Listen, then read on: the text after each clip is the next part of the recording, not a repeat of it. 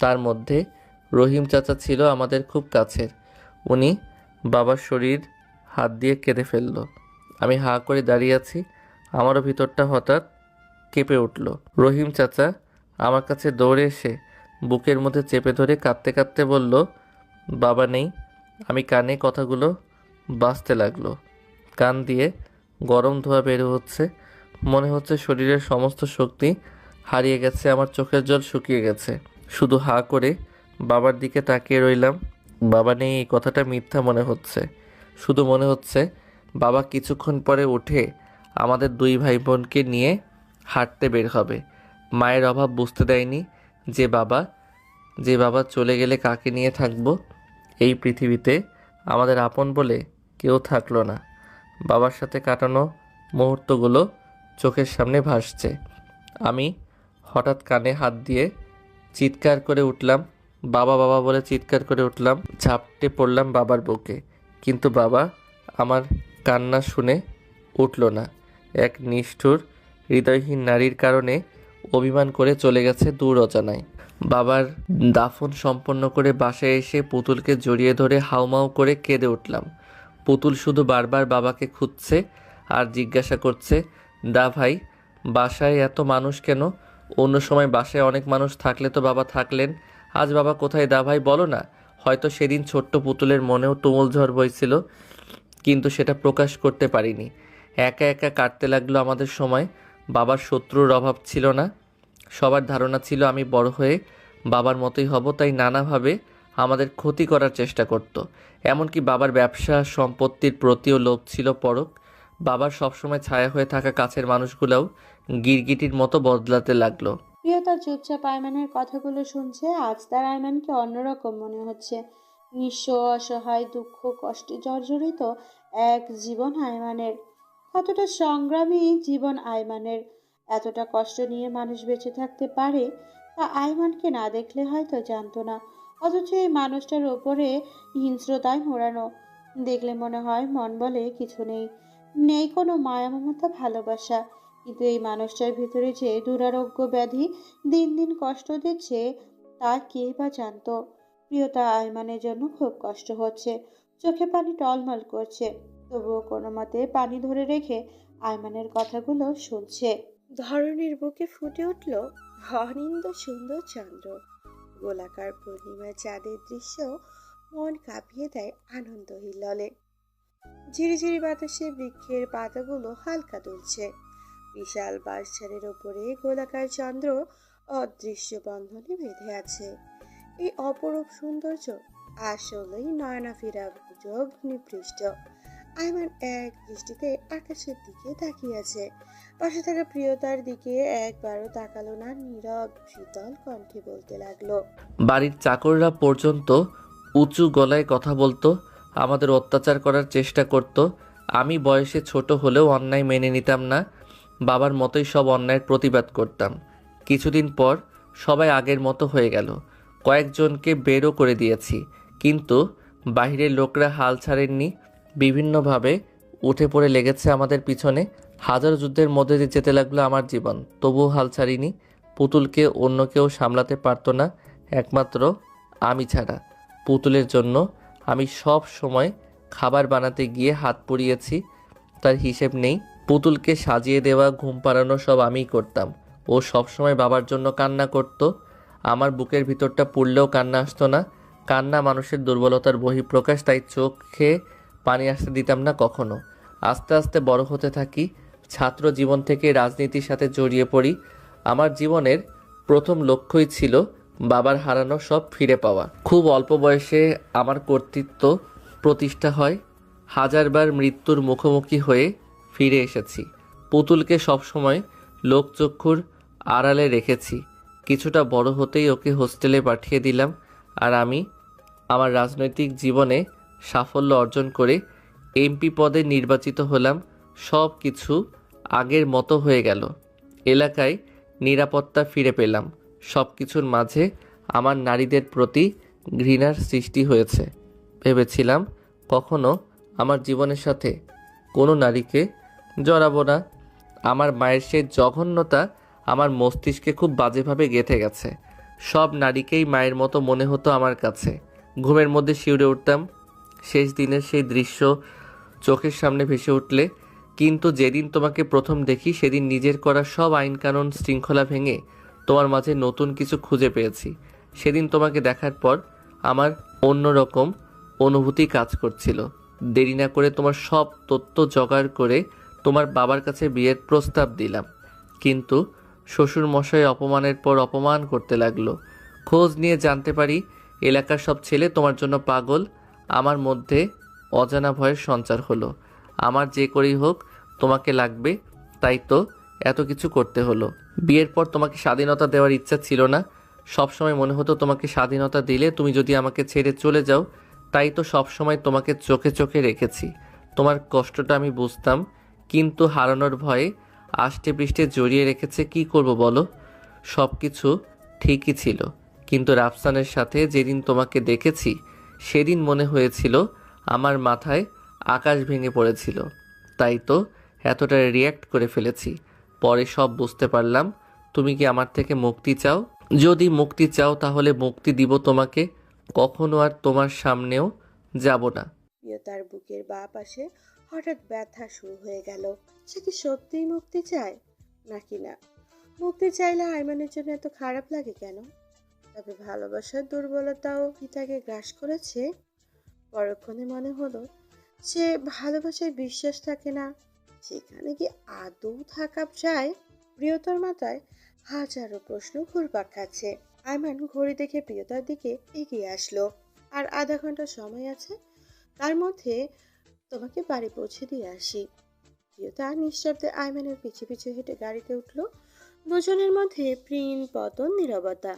দুই মানবীর হৃদয়ে তুমুল ঝড় বইলেও কেউ কাউকে মুখে বলতে পারছে না। অভিমানরা আজ তাদের ভর করেছে। কেউ হৃদয় আকাশে ঝলমলে পূর্ণিমার চাঁদ ওঠে না। কেন পূর্ণ করে দেয় না এই দুই মানবের ভালোবাসা? কেন আজ এত সংকট সংশয়? প্রিয়তা বাহিরে মুখ বাড়িয়ে শহরটাকে দেখছি। কত শত মানুষ তাদের কর্মকাণ্ডে ব্যস্ত।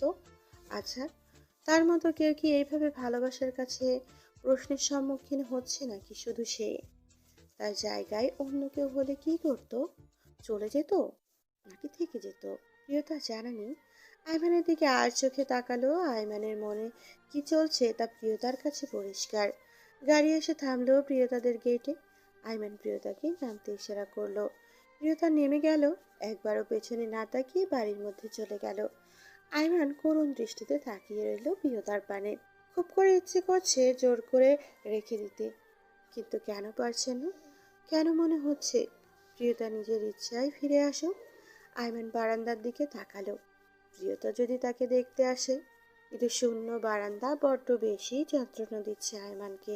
মাথার উপর হলদে সূর্যটা দিগন্তর মাঝে প্রখর তেজ ছড়াচ্ছে। ঘড়ির কাঁটার নিত্যদিনের মতোই টিকটিক শব্দে সেকেন্ড মিনিট ঘন্টা ঘুরছে। প্রিয়তা অলস ভঙ্গিতে ড্রয়িং রুমে বসে আছে। কলিং বেলের শব্দে পিয়াস দরজা খুলে দিল। ভেতরে ঢুকলো পাশের বাড়ির রুমা বেগম। চারিদিকে পরখ করে প্রিয়তার দিকে কৌতূহলী দৃষ্টি নিক্ষেপ করলো। কে এসেছে দেখতে রেহানা বেগম হাত মুছতে মুছতে ড্রয়িং রুমে এসে দাঁড়ালো।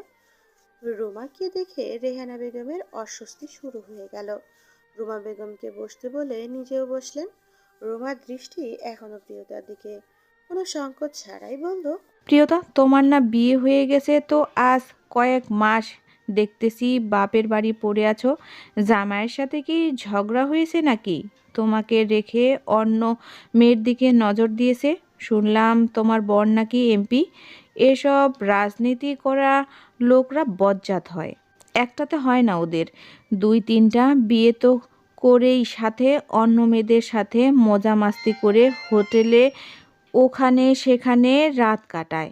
তোমারে যেমন জোর করে বিয়ে করেছে, খোঁজ নিয়ে দেখো অন্য কোনো সুন্দরী মেয়েরে এভাবে জোর করে বিয়ে করেছে কিনা। তোমার মতো এত সুন্দরী মেয়ে এখন স্বামীর ঘর ছাড়া। কত করে বলেছি ভাবি মেয়েটাকে বিয়ে দিয়ে দিন, এখন কি হলো? আপনি কি জ্যোতিষী? সবকিছু জানেন? আমি এমনিতেই চলে এসেছি বাপের বাড়ি। এই অল্প দিনে পর হয়ে গেল নাকি যে এখন আপনারা যে এগুলো নিয়ে মাথা ঘামাবেন? আমার যতদিন ইচ্ছা ততদিন এখানে থাকবো, আপনি বলার কে? তাহলে তোমার বর আসে না কেন? কখনো তো দেখি নাই তোমার বরকে। প্রিয়তার রাগ আকাশচুম্বী। বলে কি এই মহিলা? বর কি অন্য মহিলাকে দেখানোর জিনিস, নাকি সে অন্য কেউ দেখবে? আমার বরকে আপনি দাওয়াত করেছেন নাকি যে আপনার বাড়ি গিয়ে দেখা করে আসবে? আচ্ছা, পরে আসলে আপনার কাছে পাঠিয়ে দিব, কেমন? আমার বরকে আপনার খুব দরকার মনে হচ্ছে। রুমা বেগম কিছুটা লজ্জা পেলেন। প্রিয়তার ভাবভঙ্গি অন্য কথা ইশারা করছে। রুমা বেগম রেহানা বেগমের দিকে তাকালো। রেহানা বেগমও রেগে আছেন। দেখ রুমা, তুমি এইসব কথা বলে মেয়েটার মন খারাপ করে দিও না। ওর যাওয়ার সময় হলে ঠিক চলে যাবে। তোমাকে এত মাথা ঘামাতে হবে না। তার চেয়ে বরং নিজের চিন্তা করো, নিজের মেয়ের দিকে খেয়াল করো। রুমা বেগম তেজে কণ্ঠে আসি বলে চলে গেল। রেহানা বেগম প্রিয়তার কাছে এসে মাথায় হাত বুলিয়ে বলল, মন খারাপ করছিস কেন? কে কি বললো তাতে তুই কান দিবি কেন? যতদিন ইচ্ছে থেকে যা। এইটা তো তোর বাড়ি। আইমান যদি তোকে না নেয় তবে যাওয়ার দরকার নেই। প্রিয়তার মনে বিষাদের ছায়া নেমে এলো। কোনো উত্তর না দিয়ে ছুটে গেল নিজের ঘরে। অজানা কারণে চোখের পানি ঝরছে। আইমান তো পারতো তাকে নিয়ে যেতে, সে যাবে না বলে এখানে রেখে গেল। সত্যিই যদি ভালোবাসতো তাহলে কিভাবে আছে তাকে ছাড়া? পাশের বাড়ির আন্টির কথাই কি তবে সত্যি হবে? তার কি দোষ অন্যর কাছ থেকে? সে কেন শুধু শুধু কথা শুনবে? পশ্চিম আকাশে মেঘের সিঁড়ি ছুঁয়ে আছে গোলাকার সূর্যটা। দিগন্তের মানবীরা সূর্যের শেষ হৃদয়ের দৃশ্য উপভোগ করছে। দিগন্তে মানবীরা সূর্যের শেষ বিদায়ের দৃশ্য উপভোগ করছে। অপরিসীম উল্লাসে শহরের একটু দূরে নীরব নিস্তব্ধ নদীর পাড়ে বসে আছে দুজন তরুণ তরুণী। সামান্য দূরে একটা বড় গাছ। দূর থেকে উড়ে আসা বাদুড়গুলো বটগাছের শাখা প্রশাখায় ক্লান্তি দূরীভূত করতে ব্যস্ত। শত হিংস্র শব্দ কম্পিত হচ্ছে চিত্ত জুড়ে। এলোমেলো হয়ে আছে শব্দ ভাণ্ডার। তরুণীর অজানা উত্তেজনায় সরু চিকন শরীরটা কাঁপছে। ভালোবাসার পূর্ণতা নাকি প্রত্যাখ্যান? অনেকক্ষণ নিবিড় নীরবতার পর শব্দ উচ্চারিত হলো ওয়াদির মুখে। অপরিচিত নাম্বার থেকে তুমি আমাকে ফোন দিতে, তাই না? আরিয়ার কণ্ঠস্বর ক্ষীণ হয়ে আসে। ভয় গ্রাস করছে তাকে।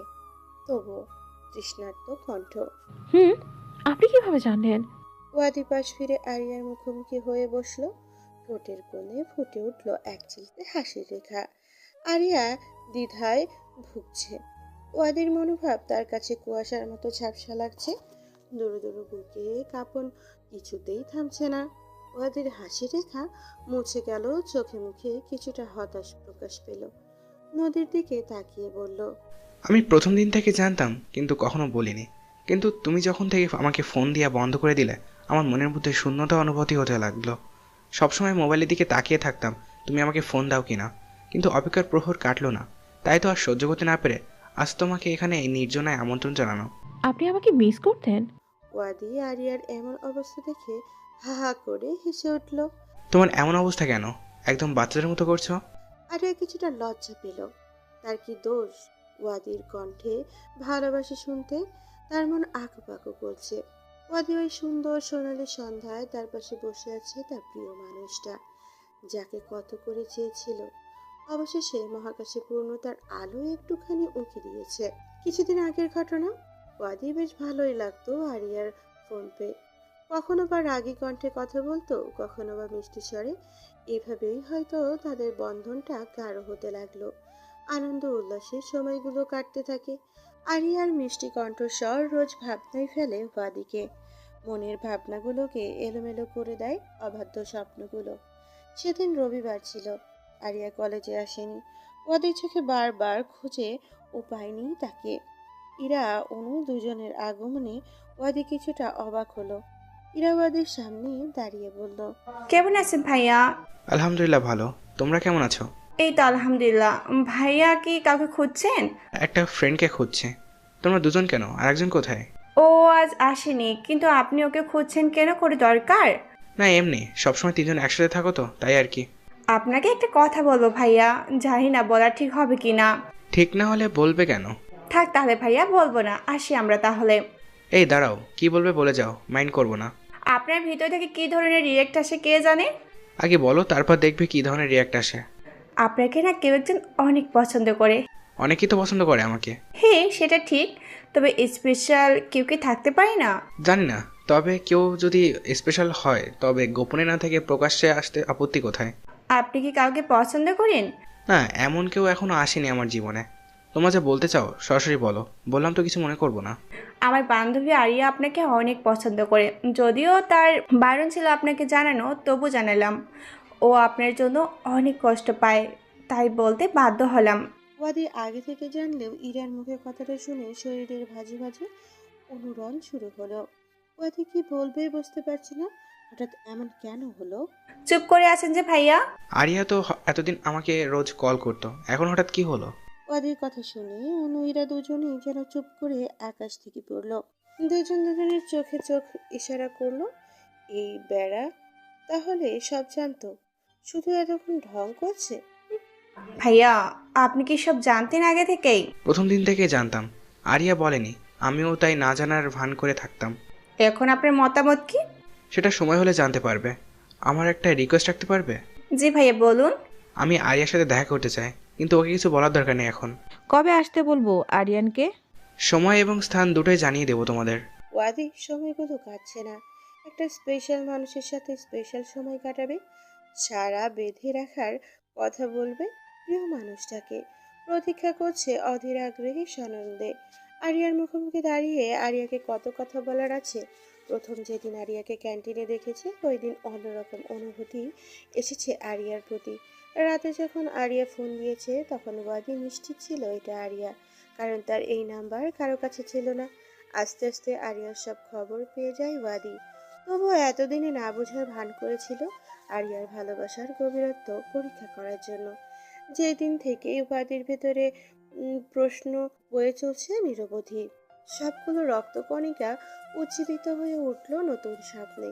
বসন্তের দক্ষিণে হাওয়া বইতে লাগলো হৃদয় অঙ্গনে।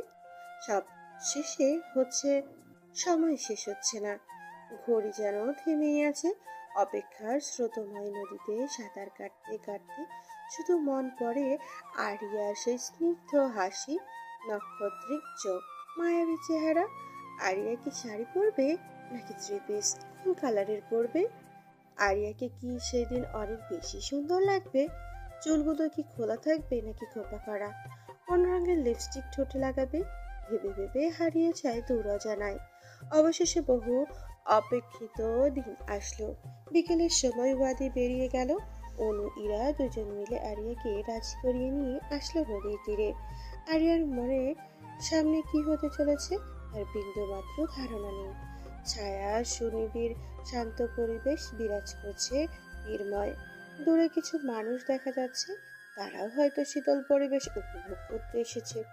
আরিয়া হালকা নীল রঙের থ্রি পিস পরেছে, ঠোঁটে কোনো লিপস্টিকের ছোঁয়া নেই। খোলা চুল গুলো বাতাসে উড়ছে। আরিয়া বারবার কানে গুঁজ দিচ্ছে চুলগুলো। ওয়াদি সাদা রঙের শার্টে সাথে কালো প্যান্ট পরেছে। সাধারণ পোশাকে ক্ষেত্রে দুজনের বেশ মিল। সিম্পল ভাবে আরিয়াকে অন্যরকম সুন্দর লাগছে। ঝর্ণার জলের ন্যায় স্বচ্ছ মুখশ্রীতে কোনো প্রসাধনের ছিটে ফোটাও নেই। অনু ইরা আরিয়াকে দাঁড় করিয়ে চলে গেল। আরিয়া হবাগোবার মতো দাঁড়িয়ে আছে। বহু প্রশ্নের পরও কোনো উত্তর পায়নি ইরা অনুর কাছে। 2 মিনিট পর ওয়াদি এসে পেছনে দাঁড়ালো। কারো উপস্থিতি টের পেয়ে আরিয়া পেছনে তাকিয়ে অবাকে কিংকর্তব্য বিমূঢ়। হাঁ করে কিছুক্ষণ তাকিয়ে রইল। ইরা তো অনুর মতিগতি এখন তার কাছে পরিষ্কার। কেন তারা তাকে এইভাবে ধরে বেঁধে নিয়ে এসেছে? তারপরও নিজের শরীরে চিমটি কেটে নিশ্চিত হলো স্বপ্ন নাকি সত্যি। আরিয়ার এমন অবস্থা দেখে ওয়াদি না হেসে পারল না। আরে চিমটি কেটে নিজেকে ব্যথা দেওয়ার দরকার নেই, আমি সত্যি এসেছি। আরিয়া এখনো ঘোর থেকে বেরিয়ে আসতে পারেনি। ওয়াদি স্বাভাবিক হয়ে বলল, এত অবাক হওয়ার কিছু নেই, আমি কি আসতে পারি না? না আসলে তা নয়, হঠাৎ এখানে দেখা তো তাই। কেমন আছেন? ভালো, তুমি? আমিও ভালো। চলো গিয়ে বসি, নিশ্চয়ই এতক্ষণে তোমার পা ব্যথা হয়ে গেছে। দুজনের বেশ অনেকক্ষণ কথোপকথনের ভেতরে ইরা অনু এলো। ওয়াদি হেসে চলে গেল। ইরা এবং অনু আরিয়াকে চোখ বন্ধ করে হাত ধরে নিয়ে গেল। আরিয়া অজানায় বুক কাঁপছে। তবে কি এতদিনের অপেক্ষা শেষ হবে? নদীর তীর ঘেঁষে দাঁড়িয়ে আছে কদম গাছ। কিছুটা দূরেই কাশবনের মেলা। সন্ধে স্নিগ্ধ হাওয়ায় দুলছে কখনো, বা হেলে দোলে মেয়েলি নাচে মত্ত হচ্ছে। ঠিক এইরকম প্রাকৃতিক শোভাবর্ধিত জায়গায় হৃদয়ের কম্পিত ভালোবাসার কথা বলতে একগুচ্ছ গোলাপ নিয়ে হাঁটু গেড়ে বসে আছে ওয়াদি। সামনে দাঁড়িয়ে আছে আরিয়া। আস্তে আস্তে চোখ খুলল। ওয়াদিকে এইভাবে বসে থাকতে দেখে আরিয়া অবাক হলো। হাজারো কথা হৃদয়ে ঘূর্ণিঝড় সৃষ্টি করলেও মুখে কথা আটকে আসছে। বারবার এলোমেলো হচ্ছে শব্দচয়ন, চোখে সীমাহীন আনন্দ। আজ মন বাগানে পুষ্পিত বৃক্ষ, স্বপ্নের মিলন মোহনায় দাঁড়িয়ে আছে আদির অপেক্ষায়। ভালোবাসার অঞ্জলিতে জড়াবে জন্ম জন্মান্তরের জন্য। ওয়াদি ধীর স্থির কণ্ঠে বলল, দেহের প্রতিটি রক্তকণিকায়, অস্থিমজ্জায়, দেহের প্রতিটি কোষে কোষে তিল তিল করে জমা করেছি নিখাত ভালোবাসা। বুকের বাম পাশে হৃৎপিণ্ডটার লাপটাপ শব্দ হঠাৎ হঠাৎ বেড়ে যায়। আমি মনে করি আমার এই স্বচ্ছ অনুরাগ, অনুভূতি, পরিশুদ্ধ ভালোবাসা শুধুমাত্র একজন বিশেষ মানুষের জন্য। আমি সব কিছু তার জন্য বিসর্জন দেব। জীবনের প্রতিটি মুহূর্তে তাকে আমার পাশে চাই, যার কাছে বইয়ের পাতার মতো আমাকে উপস্থাপন করব। সে প্রতিটি শব্দ লাইন পড়বে। তাকেই আমি আমার প্রিয়তম অর্ধাঙ্গিনী হিসেবে চাই। জীবনের হাল ধরতে ধরতে যখন আমি ক্লান্ত, মেডিকেলের এই কঠিন বইগুলোতে মুখ ডুবিয়ে যখন আমি দিবারাত্রি কেটে যেত, তখন আমার জীবনে তার আগমন। সেই মানুষটা আমার সম্মুখে দাঁড়িয়ে আছে। আরিয়া, সেই মানুষটা তুমি। আমি তোমাকে ভালোবাসি আরিয়া। সমুদ্রের ভয়ঙ্কর ঢেউয়ের মতো হারিয়ার মনে বিশাল ঢেউ খেলছে। পাহাড়ের ওপর থেকে নেমে আসা কোনো ঝর্ণা ভেঙ্গে চুরমার করে চলে যাচ্ছে শরীর বেয়ে। প্রতিটি রন্ধ্রে রন্ধ্রে শিহরণের তুফান বয়ে যাচ্ছে। শরীরে হিম জমা বরফের ন্যায় ঠান্ডা হয়ে আসছে। অনবরত কাঁপছে শরীর। হার্টবিট বেড়ে চলেছে ক্রমাগত। কম্পনরত হস্তে ফুলগুলো নিল। হাতে তালের শব্দে ধ্যান ভাঙল ওয়াদি এবং আরিয়া। ওয়াদি দুজন বন্ধু এবং অনুইরা সহ তারা মোট 6 জন। খাওয়া দাওয়ার পর্ব শেষ করে একগুচ্ছ স্মৃতি বহন করে আরিয়া বাসায় ফিরল। আজ প্রিয়তাকে অনেক বেশি মিস করছে আরিয়া। মনের মাঝে আজকের দিনটা চিরস্মরণীয় হয়ে থাকবে আজীবন। ধপাস করে বিছানায় শুয়ে চোখ বন্ধ করে ভাবছে ওয়াদির কথাগুলো। বারবার কানে বাজছে সেই অমৃতবাণী। ঠোঁটের কোণে বারবার দোল খায় অমায়িক হাসি। সকাল 11টা। বিলাসবহুল বাড়িতে আকাশচুম্বী রাগ নিয়ে এক পা দুপা করে ঢুকছে প্রিয়তা। সুবি সুলতানা প্রিয়তাকে দেখে কিছুটা অবাক হলো। আরে আমার বৌমা যে হঠাৎ আমার কাছে। প্রিয়তার গা ঘিন ঘিন করে উঠল। সুমি সুলতানার কথায় একটা মহিলা এতটা জঘন্য কিভাবে হয়? আদৌ এটা আইমানের নিজের মা তো, নাকি সৎমা? প্রিয়তার মনে সন্দেহ জাগে। তাচ্ছিল্য হেসে বলল, কেন আসতে পারি না? নাকি ভয়ে আছেন? ভয় থাকবো কেন? কেন জানে না বুঝি? আপনি আদৌ মানুষ? আমার তো সন্দেহ হয় একজন মা কিভাবে পারে নিজের ছেলের ক্ষতি করতে। আপনি ওনার মা না হলে আপনি এতদিন ঠিক কি কি শাস্তি পেতেন তা কল্পনা করতে পারবেন না। উনি কি শাস্তি দিত সেদিন সব সত্য জানতে পারি, ওই দিন আমি নিজেই আপনাকে ওপারে পাঠিয়ে দিতাম। আপনি একজন স্ত্রীর ক্ষমতা এখনো দেখেননি শাশুড়ি মা। আপনাকে সাবধান করতে এলাম। কালকে রাতে আপনি যা ঘটিয়েছেন, আল্লাহ অশেষ রহমতে আমার স্বামীর কিছু হয়নি। তবে আর যদি কখনো সাহস করেন তাহলে আমার থেকে খারাপ কেউ হবে না, বলে দিলাম। ভুলে যাবেন না আমি একজন ক্ষমতাবান এমপির স্ত্রী। আমাকে দুর্বল ভেবে ভুল করবেন না শাশুড়ি মা। সুবি সুলতানা কিছু বলার আগেই হনহন করে বেরিয়ে গেল প্রিয়তা। রাস্তায় বাসের জন্য অপেক্ষা করছে। অনেকক্ষণ দাঁড়িয়ে থেকে হাঁপিয়ে গেল। একটু সামনে পা বাড়াতেই সজোরে গাড়ি থামলো প্রিয়তার সামনে। প্রিয়তা কিছুটা ভয় পেয়ে গেল। পেছনের সিট থেকে আইমানের কণ্ঠ শুনে তার দেখালো, উঠে এসো। আপনি এখানে কি করছেন? ও সুইটার, তুমি কি ভুলে গেলে কি বলেছি আমি? তোমার সাথে আমার লোকজন ছায়ার মতো থাকে। তবে এটা জিজ্ঞাসা করব না মিসেস সুলতানার কাছে তোমার কি কাজ ছিল? দাঁড়িয়ে আছো কেন? আবারও কি জোর করে তুলে নিয়ে নতুন করে বিয়ে করতে হবে নাকি? প্রিয়তা আইমানের আচার আচরণে হতবাক। কিছুদিন আগে না কত ইমোশনাল ডায়লগ শুনিয়ে আসলো, এখন আবার এসব কি? এখনো দাঁড়িয়ে আছো কেন? আমি আপনার সাথে কোথায় যাব? ঢং না করে গাড়িতে আসো, তারপর বলছি। প্রিয়তা দ্বিধা দ্বন্দ্বে এখনো দাঁড়িয়ে আছে। আইমান একটানে প্রিয়তাকে গাড়িতে উঠিয়ে বসিয়ে দিল, জড়িয়ে ধরলো। কি ব্যাপার? বাড়িতে নাকি আমার জন্য কান্নাকাটি করো? এখন এত ভাব নিচ্ছ? এসব মিথ্যে কথা। আপনাকে এসব কে বলেছে? সে বলুক, এটা তো সত্যি। আমাকে ছাড়ুন, সামনে ড্রাইভার দেখছে তো। আমার জন্য কান্নাকাটি করতে করতে চোখও গেছে মনে হয়। প্রিয়তা তাকিয়ে দেখে সামনে কেউ নেই। আইমানের ঠিক তাকিয়ে কিছুটা অবাক। আইমানের মন মেজাজ এতটা ফুরফুরে কেন? রাতের বেলা সব ঘটনা ভুলে এমনভাবে আছে যেন কিছুই হয়নি। প্রিয়তা কিছুটা লজ্জা পেয়ে নিচের দিকে তাকালো। আইমানের অট্টহাসি আবারও তব্দা খেলো। গাড়িতে বসতেই প্রিয়তা ছিটকে দূরে সরে গেল। প্রিয়তা আবারও প্রশ্ন করলো, আমরা কোথায় যাচ্ছি? কাজী অফিসে বিয়ে করতে। কি পাগল আপনি?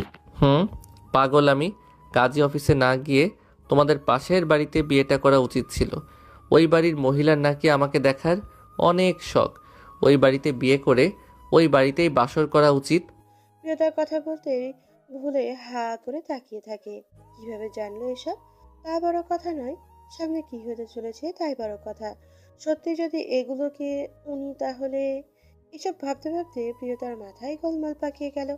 আইমান এত মধ্যে সব ঠিকঠাক করে ফেলেছে। আগের বার জোর করে বিয়ে করেছে, এখন প্রিয়তা তাকে ভালোবাসে, তাতে কোনো সন্দেহ নেই। তাহলে বাঘিনীর গুহায় এইভাবে হানা দেয়? আইমানের চোখে মুখে হাসির ঝিলিক। রুমা বেগমের কথা পিয়াসের কাছে শুনেছে আইমান। সঙ্গে সঙ্গে সিদ্ধান্ত নিয়ে ফেলেছে প্রিয়তাকে ফিরিয়ে আনবেই।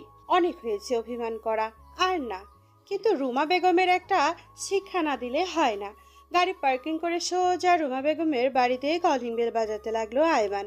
প্রিয়তা হাজার বারণ করা সত্ত্বেও আইমান শোনেনি। তার এক কথা, আজ এখানেই বিয়ে করে বাসর করবে। প্রিয়তা হাঁপিয়ে গিয়েছে, মুখে তালা দিল। কলিং বেলের শব্দে রুমা বেগম দরজা খুলে দিল। আইমান লম্বা করে সালাম দিয়ে ভেতরে ঢুকলো, সঙ্গে প্রিয়তা। রুমা বেগম অবাক হয়ে প্রিয়তার দিকে তাকিয়ে চোখ ইশারা করলো। আইমান চারিদিকে তাকিয়ে বলল, বাড়িতে কেউ নেই নাকি আন্টি? না বাবা, কেউ নেই এখন। আমার মেয়ে ইতি আর তার বাবা দরকারি কাজে বাইরে গেছে। তাহলে তো ভালোই হলো, আজকে রাতে এখানে বাসর করব। শুনেছি আপনি নাকি আমাদের নিয়ে অনেক বেশি টেনশন করেন আন্টি, তাই তো আপনার বাড়িতে আবারও একবার বিয়ে বাসর সব করব। রুমা বেগম আকাশ থেকে পড়লো। বলে কি এই ছেলে? এইটুকু কথার জন্য এত বড় সিদ্ধান্ত? তারপরেও হাসি মুখে বলল, সমস্যা নেই বাবা, প্রিয়তা তো আমার মেয়ের মতোই, সমস্যা নেই, রাতটা থেকে যাও। ধন্যবাদ আন্টি। প্রিয়তার দিকে তাকিয়ে চোখ মেরে কিছু বোঝালো। সময়টা সন্ধ্যা। আকাশে উজ্জ্বল রাঙা ভাবছে, ঘন কালো মেঘেরা মিছিল করে দক্ষিণ থেকে উত্তরের দিকে যাচ্ছে। ঝড়ো হাওয়াও বইছে, বেশ গুড়ি গুড়ি বৃষ্টিও পড়ছে বাহিরে। আইমান রুমা বেগমের বাড়িতে ধীর স্থির হয়ে বসে আছে। আইমানের দলের ছেলেরা ব্যস্ত বাসর ঘর সাজাতে, কোনো কমতি রাখেনি বাড়িটাকে সাজাতে। রুমা বেগম এতজন লোকের খাবার রান্না করতে করতে হয়রানির শিকার হয়েছে বহুবার। আইমানের দলের ছেলেরা তো এক একটা হাতির মতো খেয়েছে। কেন সব এগুলো আজ খাবারের প্রতিযোগিতায় এসেছে নাকি? বিনা বাক্যে নিজের মধ্যে প্রতিযোগিতা করে রুমা বেগমের অন্ন শূন্য করাই তাদের একমাত্র লক্ষ্য ছিল। এমন অবস্থা দেখে নিজেকে ইচ্ছা মতো গালি দিয়ে মনে মনে কয়েকশো বার তাওবা করে ফেলেছে। জীবনে আর কারো বিষয় নাক গলাবে না। প্রিয়তা রুমা বেগমের এই অবস্থা থেকে একটু দয়া হলো, পরক্ষণে মনে হলো এই মহিলার শাস্তি হওয়া উচিত। রেহানা বেগম হঠাৎ পাশের বাড়িতে লোকসজ্জা দেখে অবাক হলেন। তার জানা মতে বাড়িতে একমাত্র রুমাই আছেন, তাহলে এমন করে বাড়িটা সাজানো কেন? মনের মাঝে প্রশ্নগুলো ঘুরপাক খাচ্ছে। যাওয়ার জন্য পা বাড়িয়ে গেলেন না, কিন্তু তিনি তো জানেন না তার গুণধর জামাই বাবা রুমা বেগমের শাস্তি স্বরূপ কেমন উদ্ভট পরিকল্পনা করেছেন। জানলে হয়তো আশ্চর্য সপ্তম চূড়ায় উঠে যেতেন। রাতের খাবার শেষে প্রিয়তা রুমাদের বাড়িতে পশ্চিমে পাশে ঘরটায় দাঁড়িয়ে আছে। ঠিক তার পাশের ঘরটা নির্ধারণ করা হয়েছে আইমান প্রিয়তার জন্য। প্রিয়তা ঘুরে ঘুরে পশ্চিমের ঘরটা দেখছে, বেশ সুন্দর আসবাবপত্র দিয়ে সাজানো। প্রিয়তা অনেকবার এই বাড়িতে আসলেও আজ তার কাছে সব অন্যরকম লাগছে। এরকম একটা পরিস্থিতিতে এই বাড়িতে বহুদিন পর আজ আইমানের সাথে এক ঘরে এক বিছানায় ঘুমাবে ভেবেই প্রথম দিনের মতো দেহ মন শিউরে তোফান তুলছে। বুকের মধ্যে ধুকপুক ধুকপুক শব্দ তীব্রতা ছড়িয়ে যাচ্ছে। আইমান প্রিয়তাকে কোথাও দেখতে না পেয়ে একে একে সব ঘরে উকি মারে। পশ্চিমের ঘরটায় এসে দাঁড়ালো। ডান হাতে মোবাইলে জরুরি কাজ করছে, বাম হাতে কিছু শপিং ব্যাগ। প্রিয়তার দিকে না তাকিয়ে এই ব্যাগগুলো বাড়িয়ে দিল। আগের বারের মতো পরিয়ে দেব নাকি নিজেই পরবে? এগুলোর কি দরকার ছিল? শাড়ি তো পরেই আছি, নতুন করে পরতে পারবো না।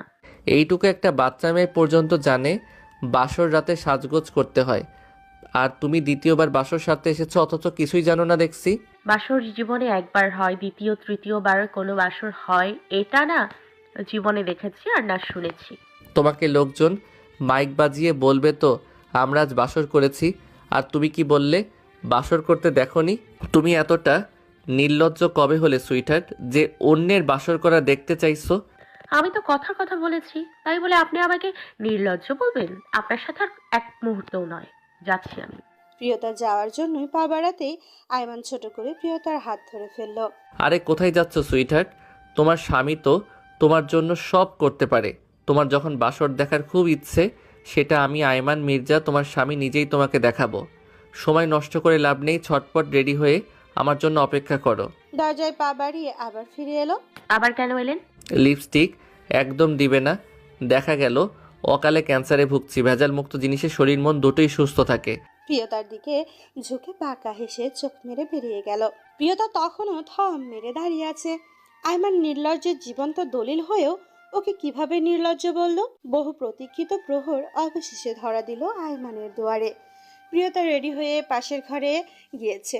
অনেকক্ষণ হলো। আয়মান জরুরি কাজ সেরে তড়িঘড়ি করে দরজা ঠেলে ঘরে ঢুকলো। আয়মানের অস্থির দৃষ্টি ঘরের কোণে থমকে গেল। এক দৃষ্টিতে আজ কাকে দেখছে? আগে হাজার বার দেখলেও আজ আয়মানের কাছে মনে হচ্ছে সে এই প্রথম প্রিয়তাকে দেখে। আস্তে আস্তে এগোতে থাকলো সামনের দিকে। প্রিয়তা নিচের দিকে তাকিয়ে আছে, ওষ্ঠাধর কাঁপছে। শরীরের শক্তিটুকু আয়মানের কাছে আসার সাথে সাথে একেবারে উধাও হয়ে গেল। নিজেকে সামলানোর মতো শক্তি ফুরিয়ে আয়মানের ওপরে শরীর এলিয়ে দিল। আয়মান দু হাতে প্রিয়তাকে জড়িয়ে ধরল। বহুদিনেই তৃষ্ণার্তের মতো প্রিয়তার খুব দৃঢ়ভাবে আটকে ধরল বক্ষ মাঝে, যেন ছেড়ে দিলেই ছুটে পালিয়ে যাবে দূরে কোথাও। বাইরে বৃষ্টির প্রকোপ বাড়ছে। হঠাৎ হঠাৎ বিদ্যুৎ চমকানোর আলোতে ঘরময় আলোকিত হয়ে যাচ্ছে। কখনো বা বজ্রপাতের শব্দে ঘর কেঁপে উঠছে। ঝড়ো হাওয়ার ধূসর রঙের পর্দাগুলো উঠছে। বজ্রপাতের শব্দ তীব্র থেকে তীব্র হচ্ছে। বিধ্বংসী তাণ্ডব করে চলেছে প্রকৃতি। প্রিয়তার হুঁশ ফিরতেই বন্ধন থেকে নিজেকে কিছুটা সরিয়ে দাঁড়ালো। আয়মান হাত দুটো সরিয়ে নিয়ে প্রিয়তার দিকে তাকিয়ে রইল। আস্তে আস্তে কাছে সে প্রিয়তাকে বিছানায় বসিয়ে হাঁটু গেড়ে আয়মান বসে পড়ল। অপরাধী কণ্ঠে প্রিয়তার দিকে তাকালো। প্রিয়, যেদিন থেকে তোমাকে প্রথম দেখেছি সেদিন থেকে তোমাকে অনেক অত্যাচার করেছি। জানি একটা মেয়েকে এইভাবে বিয়ে করা আমার উচিত হয়নি, কিন্তু বিশ্বাস করো আর কোনো উপায় ছিল না। তোমার আত্মসম্মানে আমি আঘাত করার জন্য ক্ষমা প্রার্থী প্রিয়।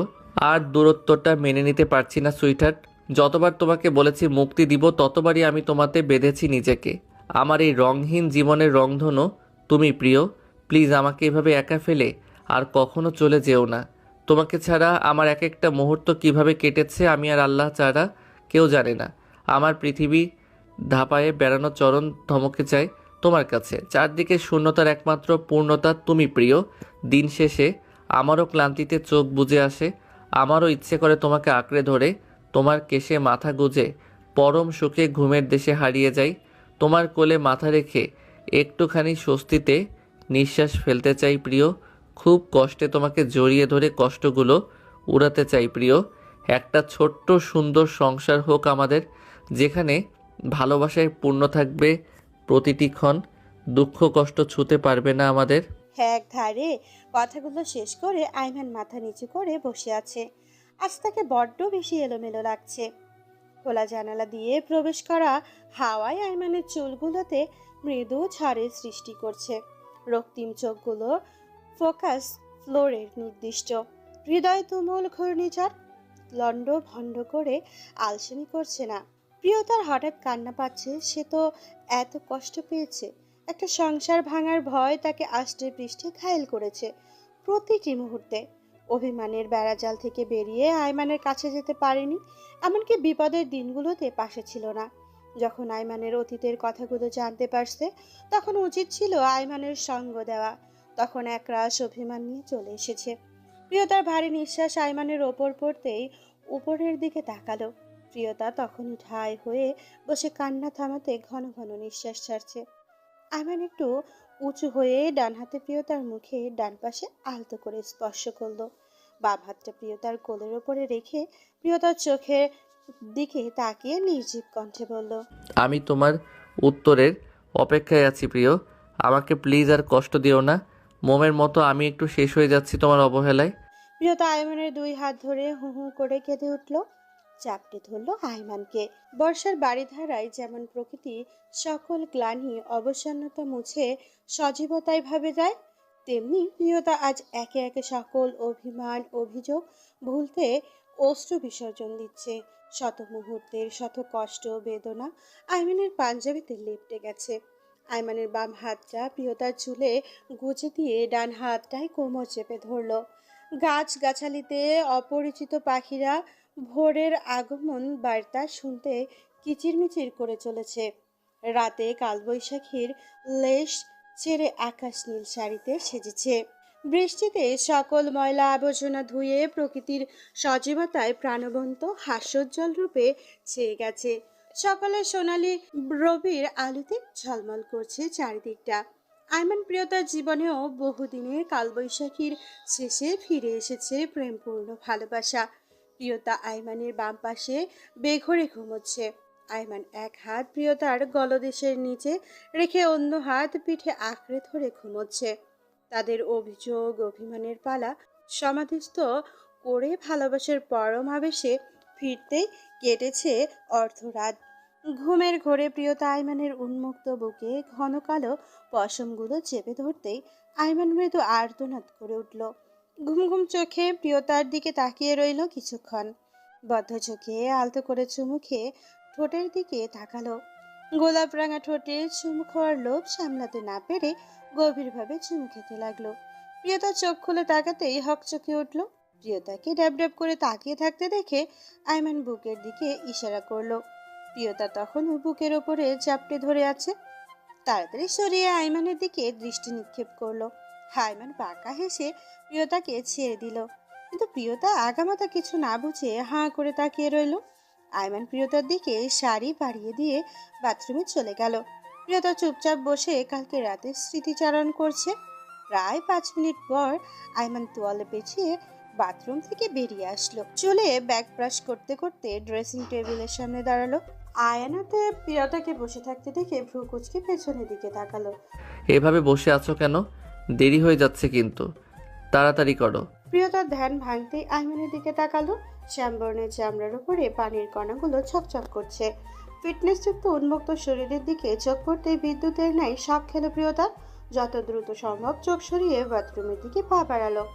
আইমান আয়নায় প্রিয়তার হাবভাব দেখে না হেসে পারল না। ঘুটঘুটে অন্ধকার জঙ্গলের মধ্যে ঠাই দাঁড়িয়ে আছে পুরোনো দিনের একটি দালান। চারিদিকে ঝিঝি পোকার শব্দ। দূর থেকে ভেসে আসছে কুকুরের বীভৎস চিৎকার। নিশাচর পাখির ডাকে রাতের গভীরতা জানান দিচ্ছে। চাঁদের আলো ঘন জঙ্গল ভেদ করে মাটি ছুঁতে বারবার ব্যর্থ হচ্ছে।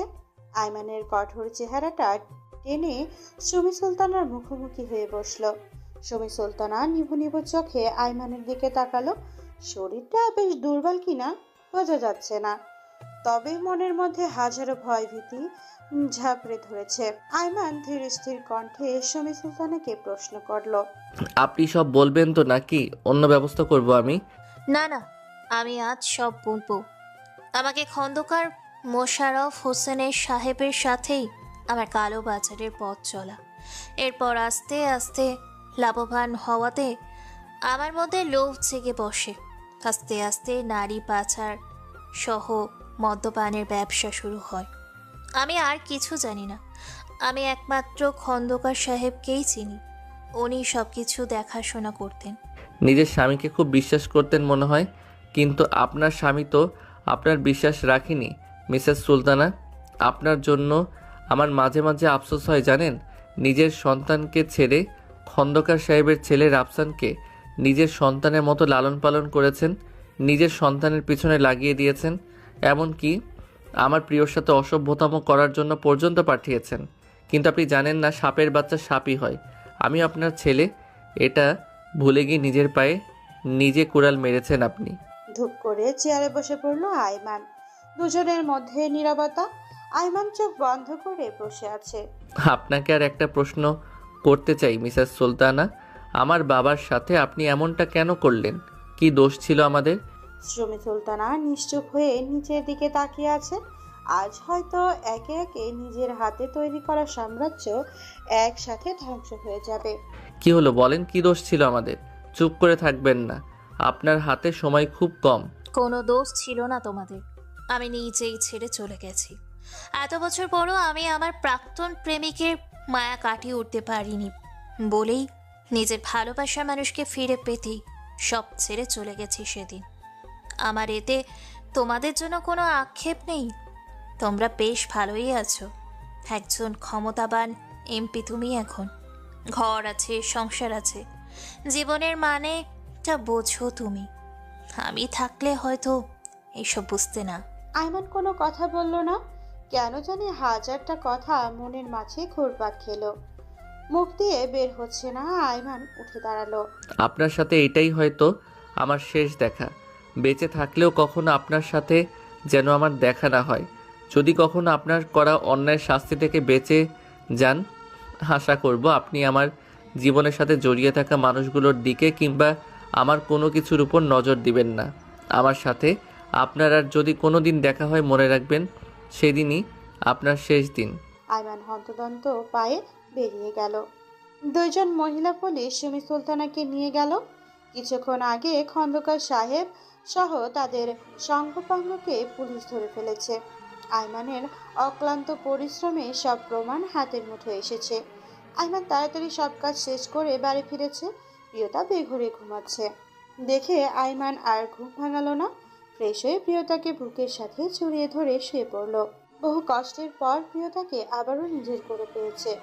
এবার আর জোর করে নয়, দুটি মন ভালোবাসায় আবদ্ধ হলো। আজ আরিয়ার এঙ্গেজমেন্ট। ওয়াদির এমবিবিএসটা শেষ করে বাড়িতে আরিয়ার কথা জানিয়েছে। ওয়াদির বাবা মা ছেলের কথা কখনো ফেলতে পারে না। তাছাড়া আরিয়াকে তাদের অনেক পছন্দ হয়েছে।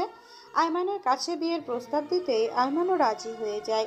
প্রিয়তা ভীষণ খুশি আরিয়া ওয়াদির প্রণয়পূর্ণতার জন্য। সকাল থেকে প্রিয়তা একা হাতে মেহমানদের জন্য বিভিন্ন পদের নাস্তা তৈরি করছে। প্রিয়তার মা বাবা পিয়াস কিছুক্ষণ আগে এসেছেন। রেহানা বেগম প্রিয়তার সাথে টুকটাক কাজ করছে। আরিয়া করতে চাইলে প্রিয়তা করতে দেয়নি, সাজগোজের জন্য পাঠিয়ে দিয়েছে। আরিয়া একদিকে আনন্দ হচ্ছে, এত শত অপেক্ষার পর প্রিয় মানুষটাকে নিজের করে পাওয়া হবে। অন্যদিকে ভাই ভাবি নিজের বাড়ি ছেড়ে থাকতে হবে, চাইলেও ফ্রিডম আর থাকবে না আগের মতো। ইরা অনু আরিয়াকে গুতা মেরে এটা ওটা জিজ্ঞাসা করছে। পৃথিবীতে সব কিছুর একটা লিমিট থাকলেও বান্ধবীদের সাথে কথা বলার কোনো লিমিট থাকে না। দুনিয়ার সব আজে বাজে কথার একমাত্র সঙ্গী বন্ধু বান্ধবগুলোই। আরিয়া মাঝে মাঝে অবাক হয়, ইরা অনুকে ভালোভাবে দেখে। এই সুন্দর ফুটফুটে নিষ্পাপ বাচ্চার মতো মেয়েগুলোর মুখের ভাষা যে এত খারাপ, চিন্তাধারা যে এত উদ্ভট, তা বাহিরের মানুষের কল্পনাতীত। ইরা আরিয়ার গলার বাম পাশে পরফ করে সন্দেহান চোখে বলল, কিরে আরু, এটা কিসের দাগ? ওয়াদি ভাইয়া করছে নাকি? বিয়ের আগে এসব করতেছিস তোরা? ছি, কি বলিস এগুলো? উল্টোপাল্টা বলিস ভাবিস কেমনে? এটা চুলকাতে গিয়েই এমন হয়ে গেছে। আয় হায়, কি বলে এগুলো? তোর তো তাহলে বিয়ের পর অস্তিত্বই থাকবে না, তোর শরীরের দাগের হাট বাজার বসবে। আরিয়া কিছু বলার আগেই মোবাইল বেজে উঠল। ওয়াদির ফোন পেয়ে এক চিলতে হাসি ফুটে উঠল আরিয়ার মুখে। আরে দোস্ত, ধর তাড়াতাড়ি, তোর বেটা তো আবার রাগ করব, পরে দেখবি বাস রাতে তোর অবস্থা খারাপ করে দিচ্ছে। আল্লাহর ওয়াস্তে মাফ চাই বই, মুখে লাগাম টান। দেখা গেল সবার সামনে এগুলো বলে বসলি, তখন মান সম্মান দফারফা হয়ে যাবে। আরিয়া মোবাইলটা নিয়ে বারান্দায় চলে গেল। ইরা অনু হাসতে হাসতে লুটোপুটি খাচ্ছে। পশ্চিমের অম্বর পানে লালচে দিবাকর হেলে পড়েছে। বর্ষার মেঘমালা আকাশ নিজ হাতে মুছে নীলে নীল সেজেছে। পাখিরা নিজ নীড়ে ফিরতে তোড়জোড় চলছে।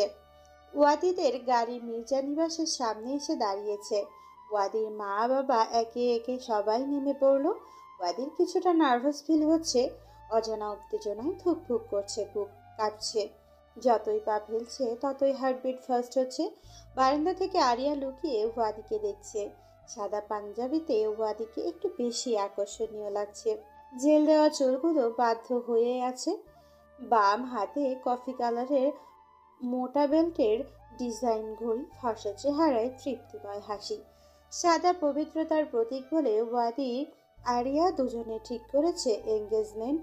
এবার বাসর রাতে দুজনে ম্যাচিং করে সাদা শাড়ি পাঞ্জাবি পরবে। তাই ওয়াদি নিজের পছন্দ করে আরিয়ার জন্য শাড়ি কিনেছে। ওয়াদি এঙ্গেজমেন্টের ডেট ফাইনাল হওয়ার বাড়ি থেকে বের হয়নি, কিন্তু ওয়াদি শাড়ি কিনে বসে আছে। অনু আর ইরা সাহায্য করতে রাজি নয়। বাধ্য হয়ে ওয়াদি রাতের বেলায় মির্জা নিবাসে আসতে হলো। গার্ডসরা ওয়াদিকে আগে থেকেই চিনে বলে তেমন সমস্যা হয়নি। চুপি চুপি গেট পেরিয়ে সদর দরজায় পা বাড়াতেই আয়মানের সাথে দেখা হলো। আমতা আমতা করে আয়মানকে সালাম দিয়ে মাথা নিচু করে দাঁড়িয়ে আছে। মাঝে মাঝে আয়মানকে আর চোখে দেখছে। কি বলবে বুঝতে পারছে না। কখনো এমন পরিস্থিতিতে পড়তে হয়নি তাকে। শেষে কিনা হবু শ্বশুর বাড়িতে চোরের মতো ঢুকতে হচ্ছে। কপালটাই খারাপ। সামনে দাঁড়িয়ে আছে বউয়ের বড় ভাইটা, যারে দেখলে কলিজাটা এমনিতেই কাঁপে।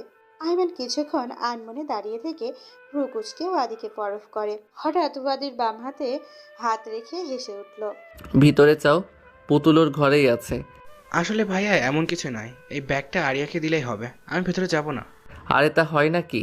কিছুদিন পর তো তুমি এই বাড়ির জামাই হবে, এত লজ্জা পেলে চলবে নাকি? আমি তো শ্বশুর বাড়ি থেকে বউকে তুলে নিয়ে আসছি।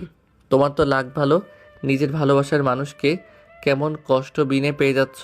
তবে একটা কথা কি জানো তো, এই পৃথিবীতে বিনা কষ্টে পেয়ে যাওয়া জিনিসগুলোর কদর মানুষ করতে জানে না। তাই একটু ভয় হয় আমার। এত তাড়াতাড়ি রাজি হওয়া উচিত ছিল না আমার। তবে যখন বোনকে তোমার হাতে দিতে রাজি হয়েছি, তুমি তোমার ভালোবাসায় আমার বোনকে বেঁধে রাখবে। আমার বোনকে কষ্ট দেওয়ার আগে আমাকে মেরে ফেলো। আয়মানের কণ্ঠ ভারী হয়ে আসলো। ওয়াদি হন্তদন্ত পায়ে আয়মানের দিকে এগিয়ে গেল। আয়মানের বাম হাতটা ডান হাতে ধরল। ভাইয়া এভাবে বলবেন না, আমি আমার জীবনের শেষ দিন পর্যন্ত আপনার বোনকে আগলে রাখবো, আপনাকে ছুঁয়ে কথা দিলাম। তোমার উপর সেই বিশ্বাসটুকু রেখেছি বলেই আমার বোনকে তোমার হাতে তুলে দিতে চাই।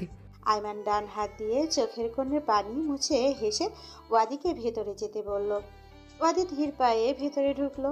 আয়মান বাইরে চলে গেল। ড্রয়িং রুমে প্রিয়তাকে দেখে ওয়াদি লম্বা করে সালাম দিল।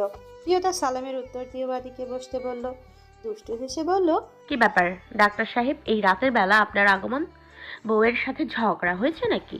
আরে না ভাবি, আপনার ননদিনী নাকি এঙ্গেজমেন্টের আগে বাসা থেকে বের হবেন না, তাই তো শাড়ি দিতে 7 সমুদ্র 13 নদী পাড়ি জমিয়ে এখানে আসা। বাসা থেকে বের হয়ে মনে মনে আল্লাহ আল্লাহ করতে করতে আসছি যাতে ভাইয়ার সামনে না পড়ি, কিন্তু সে ভাইয়ার সামনেই পড়লাম।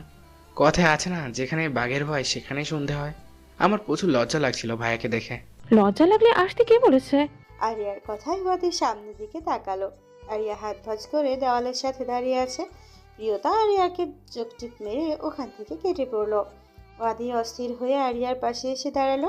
আরিয়া, কি সমস্যা তোমার? বাইরে যাও না কেন? কত কষ্ট করে আসতে হলো তো জানো তুমি? তাতে আমার কি? দেখলাম আমার জন্য কি কি করতে পারো তুমি। ওয়াদি আরিয়ার এমন ভাবলেশীন কণ্ঠে ভেবাচেকা খেয়ে গেল। কোথায় একটু বাহবা দেবে তা নয়। আমি আসি তাহলে, শাড়িটা রাখো। আরে আসছি মানে, হবু শ্বশুর বাড়িতে ডক্টর সাহেবের পদার্পণ ঘটেছে, একটু চা কফি না খেলে হয়? তারা চা সহ কিছু ফল নিয়ে আসলো। আরিয়া একটু একটু করে নিজেকে সাজিয়ে নিল। শুভ্র রাঙা জর্জেট শাড়ির সাথে ম্যাচিং ব্লাউজ, ম্যাচিং চুড়ি, কানের দুল, খয়েরি রঙের লিপস্টিক হালকা প্রসাধনী ছোঁয়ায় স্বর্গাভূত অপসরী লাগছে। ঠোঁটের কোণে লুকিয়ে আছে লজ্জা ভরা হাসি। ইরাউনু কথাবার্তা অনর্গল ছুটে চলেছে। আরিয়া তাতে দাঁত চেপে সহ্য করছে। তারও একদিন সময় আসবে। ড্রয়িং রুমে সবাই বিয়ে নিয়ে কথা বলছে। গল্পের মধ্যে প্রিয়তা আরিয়াকে নিয়ে এলো। আরিয়ার দৃষ্টি নত করে ফ্লোরের দিকে তাকিয়ে আছে। কিছুতেই লজ্জার বাঁধ ভেঙে সামনে থাকা মানুষটাকে দেখতে পারছে না। অন্যরকম লজ্জা মিশ্রিত অনুভূতি এসে ভর করে আরিয়াতে। ওয়াদি এক দৃষ্টিতে তাকিয়ে আছে প্রেয়সীর দিকে। সৃষ্টিকর্তার সৃষ্টি কতটা নিপুণ তা আরিয়ার জলজান্ত প্রমাণ। সিঁথি পর্যন্ত ঘোমটা দেওয়া।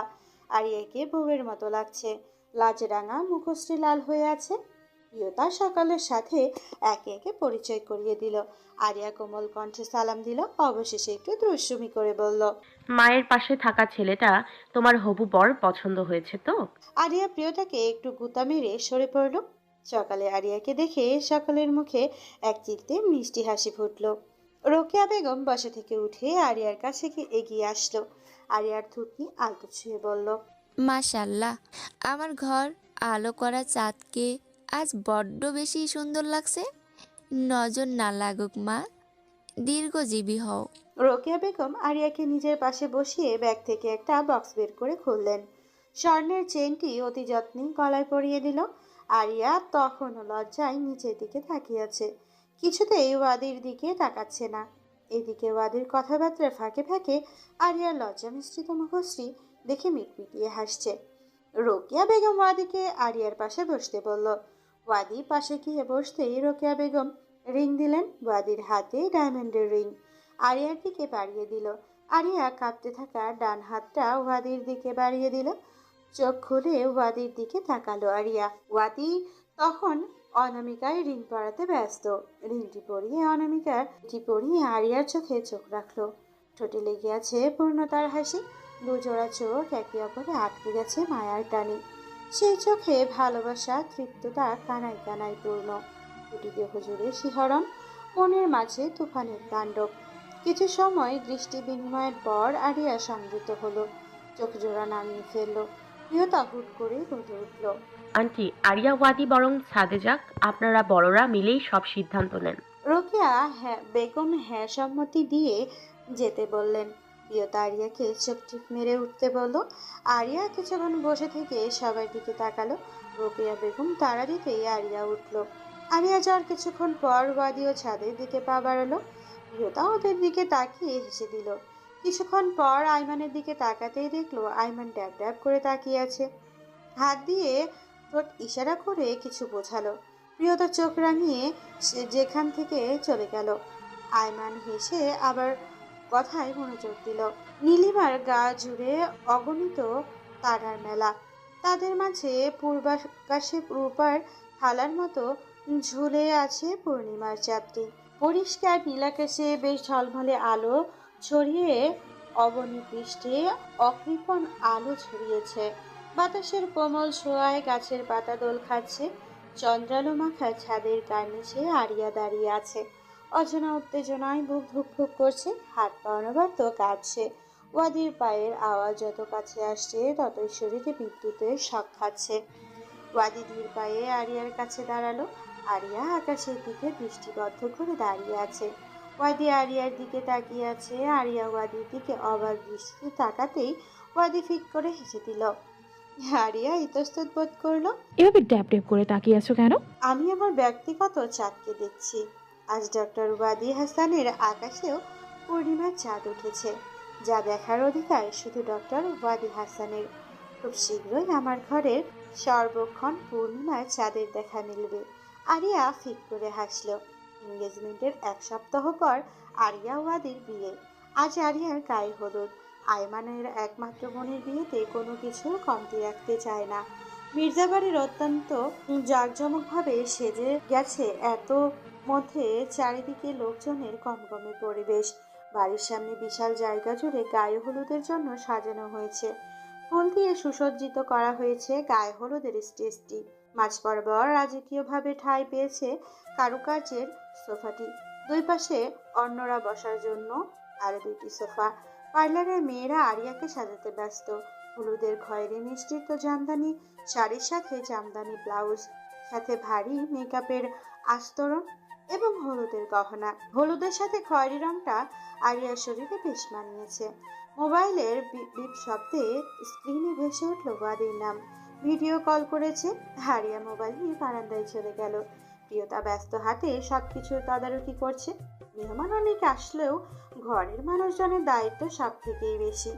আইমান বহুক্ষণ ধরে প্রিয়তার পেছন পেছন ঘুরছে। কাজের জন্য ফাঁকফোকরে খুঁজে পাচ্ছে না বলে প্রিয়তা যেতে পারছে না। প্রিয়, কতক্ষণ ধরে ডাকছি, এবার আসো প্লিজ। সবাইকে সব বুঝিয়ে দিয়ে প্রিয়তা ঘরে গেল। সব সময় ঘরময় শুনশান নীরবতা। প্রিয়তা সামান্য অবাক হলো, যেভাবে ডেকেছে মনে হচ্ছে কোনো দরকারি কাজে, কিন্তু এনার কোনো খবরই নেই। হঠাৎ পেছন থেকে জড়িয়ে ধরতে হকচকে উঠল প্রিয়তা। উফ, কি হচ্ছে? ছাড়ুন, কাজ আছে আমার। এই মুহূর্তে কোনো কাজ নেই তোমার? সারাদিন একবারও কাছে পেলাম না, আমার কথা কি একটু ভাবো না? এত নির্দয় কেন তুমি? বিয়েটা সুষ্ঠু শান্তিপূর্ণভাবে হয়ে যাক, তখন সময় দিব, এখন ছাড়ুন। এমন কোনো কথা না বলে ঘাড়ের কাছে উষ্ণ ঠোঁটের স্পর্শ এঁটে দিল। প্রিয়তা শিউরে উঠল। শাড়ি পরো নাই কেন? সবাই তো রেডি হয়ে গেছে। পরবো আর একটু পরে। আচ্ছা, আমি আসছি তাহলে। প্রিয়তার মুখে ফুটে চোখের পাতায় চুম্বন এঁকে দিয়ে বলে গেল। মির্জাবাড়ি পরিপূর্ণ মেহমানদের আগমনে এমপি মন্ত্রী সহ অনেক বড় বড় লোকজন এসেছে তাদের স্বাগত জানাতে। আয়মানের লোকজন ব্যস্ত। আয়মান নিজের সবকিছু তদারকি করছে। শ্বশুর মশাইয়ের সাথে মনোমালিন্যটা এখন কমে গেছে আয়মানের। দেরি হলেও আয়মান তারা মন থেকে মেনে নিয়েছে। তাদের মেয়ে, ঘর সংসার, স্বামী, ননদ সবকিছু নিয়ে সুখেই আছে। এর থেকে বেশি আর কি বা চাওয়ার থাকে। বাবা মেয়ে ইতোমধ্যে ওয়াদিদের গাড়িগুলো একে একে থামলো। আরিয়ার বান্ধবীরা গেট ধরে এক গাদা টাকা নিয়ে চলে গেল। আয়মান নিজে গিয়ে কুশল বিনিময় করে ওয়াদিদের স্টেজে রাজকীয় সোফায় বসিয়ে দিল। কিছুক্ষণ পর ভাবি মেকআপ হাতে, গলায় মাথায় কানে গর্জিয়াস জুয়েলারির সাথে খয়েরি রঙের ভারী লেহেঙ্গা ওড়না দিয়ে অবগুণের আড়ালে মায়াবী মুখশ্রী রেখে দুই হাতে লেহেঙ্গা একটু উঁচু করে আরিয়া স্টেজে উঠল। আয়মান বোনকে জড়িয়ে ধরল। কাজী সাহেবের বিয়ের কাজ আরম্ভ করে দিল। আরশাদ মির্জার একমাত্র কন্যা আরিয়া মির্জার সাথে 10 লক্ষ টাকা দেনমোহর ধার্য করিয়া এরশাদ চৌধুরীর একমাত্র পুত্র ওয়াদি হাসানের সাথে বিবাহ দিলাম। বলুন মা, কবুল? আরিয়া কাঁপা কাঁপা কণ্ঠে 3 বার কবুল বলল। ওয়াদি এর কবুল বলে ফেলল দ্রুত। বিয়ের সব কাজ শেষ করে আরিয়াকে ওয়াদিদের পাশে বসানো হলো। লোকজনের খাওয়া দাওয়া ঠিকঠাক হচ্ছে কিনা তা দেখতে আয়মান চলে গেল। ওয়াদি কিছুটা আরিয়ার গা ঘেঁষে বসলো। আরিয়া তখন নিচের দিকে তাকিয়ে নখ করতে ব্যস্ত। ওয়াদির গলা খাকারি দিয়ে কানে মুখে নিয়ে ফিসফিস করে বলল, তুমি আজকে রাতের জন্য প্রস্তুত তো? এখনো ঢের সময় আছে, নিজেকে প্রস্তুত করো। ডাক্তারদের টেস্টোস্টেরন হরমোন একটু বেশি লাফালাফি করে, বুঝতে পারছো তো? ওয়াদি মুখ সরিয়ে নিজেরও কিছুটা সরে গেল। এমন ভাব করে রইল যেন কিছুই বলেনি।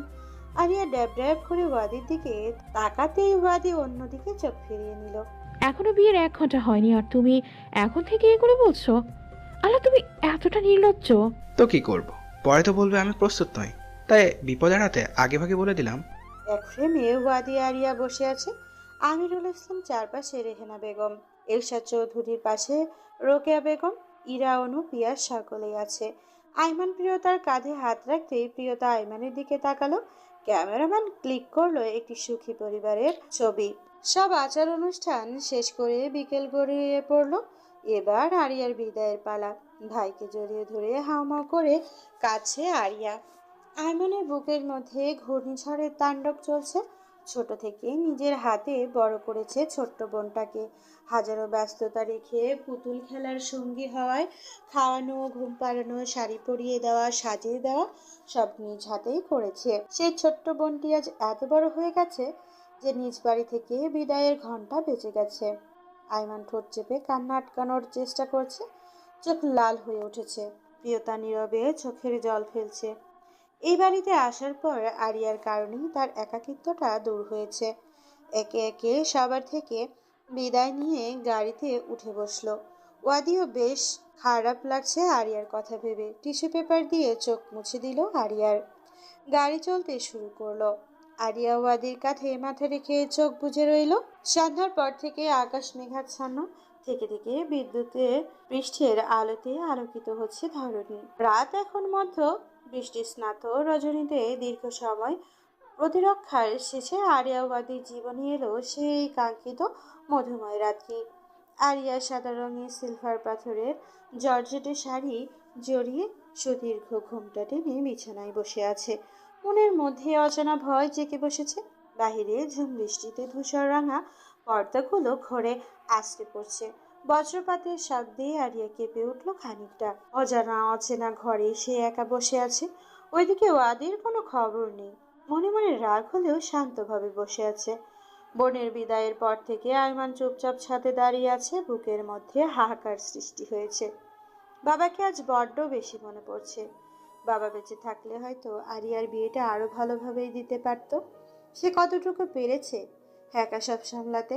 মায়ের কথা মনে পড়তে অন্য কিছু ভাবতে চাইলো আয়মান। ওই মহিলার কথা ভাববে না, তবুও চোখের কোণে পানি জমে গেল। নিজের অজান্তেই মা মা বলে ক্ষীণ আওয়াজ আওড়ালো। এমনটা কেন করলে মা? এমনটা কেন করলে?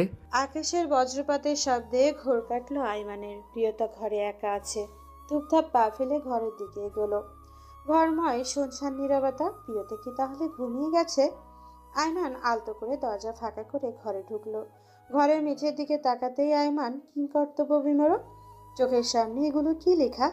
ধীর পায়ের সামনের দিকে হেঁটে গেল আয়মান। গোলাপের পাপড়ি দিয়ে খুব সুন্দর করে লেখা, কংগ্রাচুলেশনস এমপি সাহেব। লেখার চারপাশে ছোট্ট ছোট্ট মোমবাতি জ্বলছে। আয়মান এক দৃষ্টিতে তাকিয়ে রইল সেই দিকে।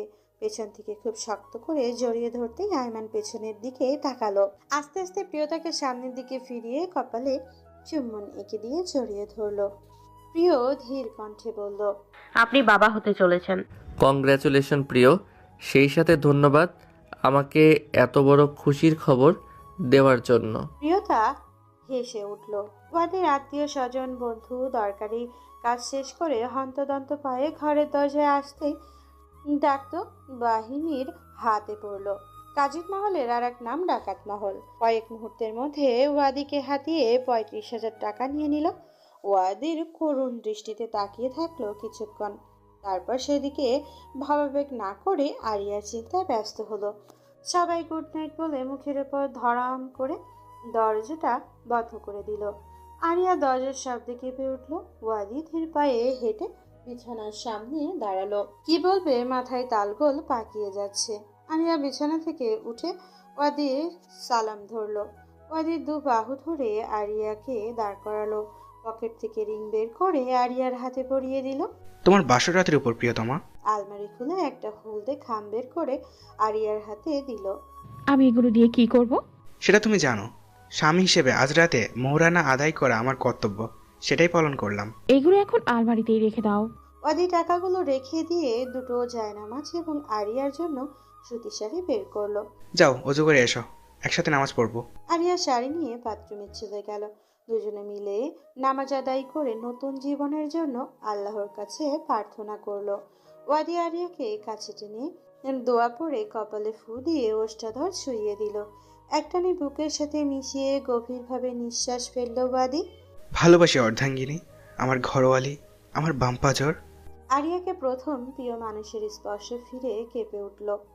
রন্ধ্রে রন্ধ্রে শিহরণ তুফান বয়ে যাচ্ছে।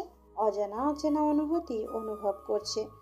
মধুময় সেই স্পর্শে সেই অনুভূতি। দুই প্রান্তের দুই মানব দীর্ঘ অপেক্ষার প্রহর গুনছে প্রিয়তার কাছে থেকে ভালোবাসি শুনতে। ঝুম বৃষ্টি নিত্যরত রজনীতে দু প্রান্তে দুই প্রিয়তার মায়ের মুখে উচ্চারিত হল ভালোবাসি। একবার নয়, দুইবার নয়, বহুবার। আয়মান আরো শক্ত করে প্রিয়তাকে জড়িয়ে ধরলো। হঠাৎ চোখ থেকে কয়েক ফোঁটা পানি বের হলো। ঠোঁটের কোণে এক চিলতে মিষ্টি হাসি। সুখের অশ্রু গড়িয়ে পড়ছে চোখ থেকে। ওয়াদি নিজের আশ্রে পৃষ্ঠে আরিয়াকে জড়িয়ে ধরলো। আরিয়া চুপচাপ ওয়াদির স্বাভাবিক হৃদস্পন্দন শুনছে। কেটে গেল 3টি বছর। আয়মান এই বছরও বহু ভোটে নির্বাচিত এমপি পদে জয়ী হলো। প্রিয়তা ও আয়মানের রাজপুত্রের মতো পুত্র সন্তান এসেছে। চেহারা দুটো মায়ের ফেলে ও স্বভাব হুবহু বাবাকে নকল করা। প্রিয়তার সবসময় আয়মানকে খোঁটা দেয়। আপনার ছেলেও কোনো মেয়েকে জোর করে বিয়ে করে বাবার ঐতিহ্য রক্ষা করবে, দেখবেন। আয়মান রীতিমতো ছেলের প্রশিক্ষণ দিয়েই মেয়ে পটানোর। বাপ ছেলের কাণ্ড দেখে প্রিয়তা হেসে ওঠে। হারিয়া এবছর MBBS শেষ করে ডাক্তার হয়ে বেরিয়েছে। বেশ সুখে আছে ওয়াদির সাথে। আয়মানের সেই দিনের কথা ওয়াদি ভুল প্রমাণ করলো। যে ভালোবাসবে সে অল্পতে ফেললেও ভালোবাসবে। এভাবে ভালোবাসা বেঁচে থাকুক আজীবন আমরণ। প্রতিদিন নতুন নতুন রোমান্টিক ভালোবাসার গল্প পেতে আমাদের মনের মানুষ চ্যানেলটি সাবস্ক্রাইব করুন। ধন্যবাদ।